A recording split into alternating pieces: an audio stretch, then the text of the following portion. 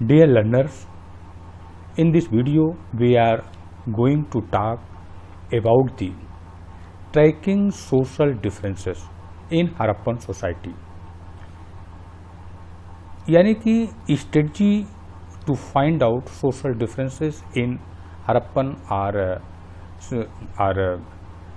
Indus valley civilization कि Indus valley civilization में जो लोग थे, यानी कि जो लोग उसमें थे, उसमें किस तरीके से क्या समाज में कोई गहरा सोशल डिफरेंसेस हुआ करता था या सोसाइटी के बेस पर, जैसे कि जाति वगैरह होती हैं, या पावर के बेस पर जैसे राजा और गरीब लोग होते हैं, या फिर इकोनॉमिक आधार पर किस तरीके के सोशल डिफरेंसेस क्या उन पुराने सोसाइटी में होते हैं। और किसी भी समाज में मूलतः अगर प्री हिस्ट्री सोसाइटी का आप स्टडी कर रहे हैं तो समाज में सोशल डिफरेंसेस को जानने का जो तरीके होते हैं, जो स्ट्रेटजी होती है, उसमें दो तीन चीज़ें आर्कियोलॉजिस्ट मेनली लेते हैं। एक तो होता है कि आप जो बरियल सिस्टम है, यानी कि जो लोगों के शव रखे जाते थे या उसको जिसको समाधान कहते हैं, जो वो किए जाते थे, शव जलाए जाते थे, रखे जाते थे, एक उस सिस्टम को देखते हैं कि क्या जो पुअर्स होते थे या जो पावरफुल होते थे उनके शव को रखने में कोई डिफरेंसेस होता था। अगर ऐसा होता तो इसका मतलब सोशल डिफरेंसेस थे। इसी प्रकार से जो लोग उस समय जो वस्तुएं, मटेरियल्स, आर्कियोलॉजिकल जो मटेरियल्स मिलते हैं, उसके आधार पर भी हम लोग देखते हैं कि क्या किन्हीं जगहों पर किस प्रकार के आर्कियोलॉजिकल वस्तुएं, कुछ प्रकार के आर्टिफैक्ट मिलते हैं, क्या अमीरों और गरीबों के आर्टिफैक्ट्स में कुछ हमें डिफरेंसेस दिखाई देते हैं। इन सारी सिस्टम के आधार पर, इन दोनों चीज़ों के आधार पर, यानी to study the burials, to study the artefacts और बरियल के on the basis of burials and artifact study, we understand the existing social differences among the people of any culture. अब हम आते हैं सीधे burial system of Harappan civilization. Strategy to analyse social and economic differences among people living within any society include study of burials. कोई भी society है, अगर आपको सोशल डिफरेंसेस देखने हैं तो जो बरियल सिस्टम है आप उसको स्टडी करिए। जैसे फॉर एग्जाम्पल अगर हम हड़प्पन सिविलाइजेशन की बात करते हैं, at burials of Harappan sites the dead were generally laid in pits. जो डेड होते थे, जो लोगों के डेड होते थे, वो कहाँ रखे जाते थे? पिट्स में रखे जाते थे, गड्ढे में रखे जाते थे। और some of pits were lined by the bricks. बहुत सारे जो पिट्स होते थे, जो गड्ढे होते थे, वो केवल मिट्टी के बने होते थे, मड के बने होते थे। लेकिन बहुत सारे जो पिट थे, गड्ढे थे, जिसमें कि डेड रखे जाते थे, वो ईंटे से भी चुने, मतलब वो ईंटे से चुने गए थे, वो ईंटों के बीच में वो रखे गए थे। Some of burials contained ornament and pottery. हम इसको कहते समय हमको याद आती है जो इजिप्ट के जो फरो के बरियल होते थे, जो वहाँ पर शासक वर्ग के बरियल्स होते थे, जिसे हम पिरामिड कहते हैं, उसमें शासक परिवार के जो वहाँ पर रूलिंग एलिट होता था, उसके बरियल्स में बहुत सारी चीज़ें रखी होती थी। एक तो दो चीज़ें वहाँ पर हम समझ जाते हैं, एक तो शासक वर्ग था और दूसरा ये होता, उससे प्रकट होता है कि जो लोग थे उनको विश्वास होता था कि मरने के बाद लोग इन चीज़ों का यूज करेंगे। उसी प्रकार से जो हड़प्पन सिविलाइजेशन है, वहाँ पर भी कुछ गड्ढों में ये जो डेली यूज की चीज़ें होती थी, जैसे कि ऑर्नामेंट है, पोटरी है, वो मिला है। It means they believe that these things can be use by these peoples after their life. वे मरने के बाद इन चीज़ों का उपयोग करेंगे। ये चीज़ें स्पष्ट हो रही कि वहाँ पर कुछ ऐसी आइडियोलॉजी, ऐसी विचारधारा उस समय तक आ गई थी। आज भी हम यूज करते हैं कि मरने के बाद लोगों के लिए जो चीज़ें होती थी हम कुछ ब्राह्मण को दे देते हैं कि ये वहाँ से जाएंगी, या जिन समाजों में, बहुत सारे समाजों में बरियल्स में ये चीज़ें आज भी रखी जाती हैं। In some instance the dead were buried with copper mirrors, कुछ जगहों पर कॉपर मिरर्स भी मिले हुए हैं। And in burials men and women दोनों के साथ जो है ज्वेलरी का यूज किया गया, यानी कि ये भी बात साफ हो गई कि मैन और वुमेन जो है वो दोनों ज्वेलरी का यूज करते थे।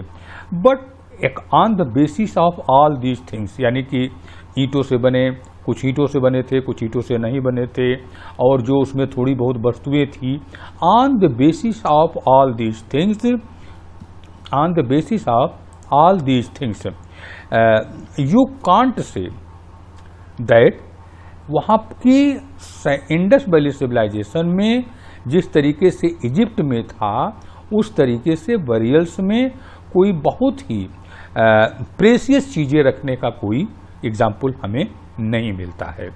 और इसके बेसिस पर हम ये भी नहीं बता सकते, क्योंकि बहुत साधारण अंतर मिले हैं कि सोसाइटी में कोई बहुत डीप सोशल डिफरेंसेस रहे होंगे।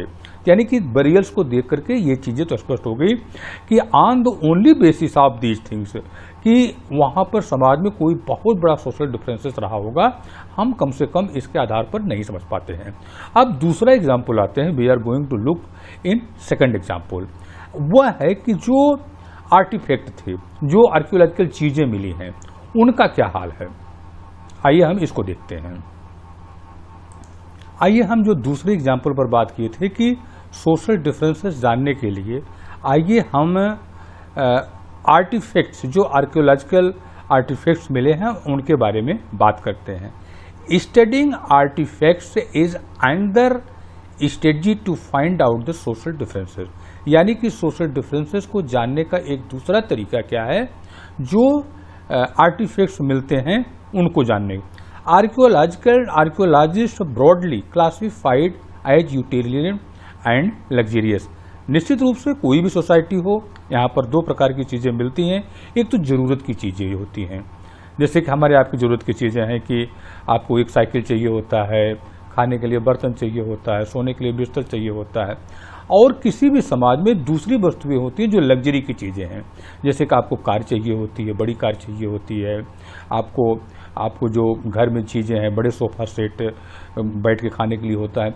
आपको अंतर होता है कि यानी कि यूटिलिटेरियन चीज़ें जो ज़रूरत की चीज़ें होती हैं और जो लग्जरी की चीज़ें होती हैं, उनमें दोनों में अंतर होता है। जैसे कि यूटिलिटेरियन चीज़ों में आप किसी भी सोसाइटी में होती है, आप उसको बांट सकते हैं। ये artefacts include object made of one stone और क्ले। किसका बने होते हैं? स्टोन और क्ले के बने होते हैं। निश्चित रूप से कोई भी जो आर्टिफिशियल चीज़ें जो डेली यूज के चीज़ें होती हैं, वो सस्ती बनाए रखने के लिए वो बहुत ही जो उस सोसाइटी की जो सस्ती चीज़ें होती हैं उनसे बनाई जाती हैं। जैसे उस समय स्टोन रहा होगा और क्ले रहा होगा। दीज स्टोन्स या दीज थिंग्स में क्या क्या आते हैं? इंक्लूड कॉर्न, जिसके हम बोलते हैं कि ये जिसमें शायद जो होता है ये कर्ण का मतलब होता है चक्कियाँ, और उसी प्रकार से आता है पोट्री एंड नीडल्स, जो उसमें भी नीडल्स के कोई चीज़ चुबो करके किसी चीज़ को सिलने के लिए, फ्लैश रबर जिसे हम झावा बोलते हैं, जो कि चमड़ी उमड़ी को साफ करने के लिए उस समय भी यूज किया जाता है, are usually found distributed throughout the settlement.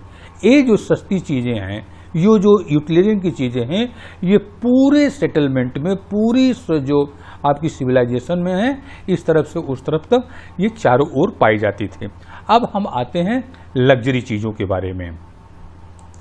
देखिए यहाँ पर दिया हुआ है कि archaeologist assume objects were luxury if they are rare. आज भी है, जो चीज़ें कम मिलती हैं हम उनको ज़्यादा चाहते हैं, वो लग्जरी की चीज़ें होती हैं। Archaeologist assume objects were luxury if they are rare or made from costly non local material. जो चीज़ें आपके यहाँ आपके आसपास नहीं मिलती हों वो महंगी होंगी, यानी कि महंगी वस्तुओं से बनी हुई रेयर चीज़ें जो होती हैं हम उनको लग्जरियस चीज़ों के रूप में लेते हैं।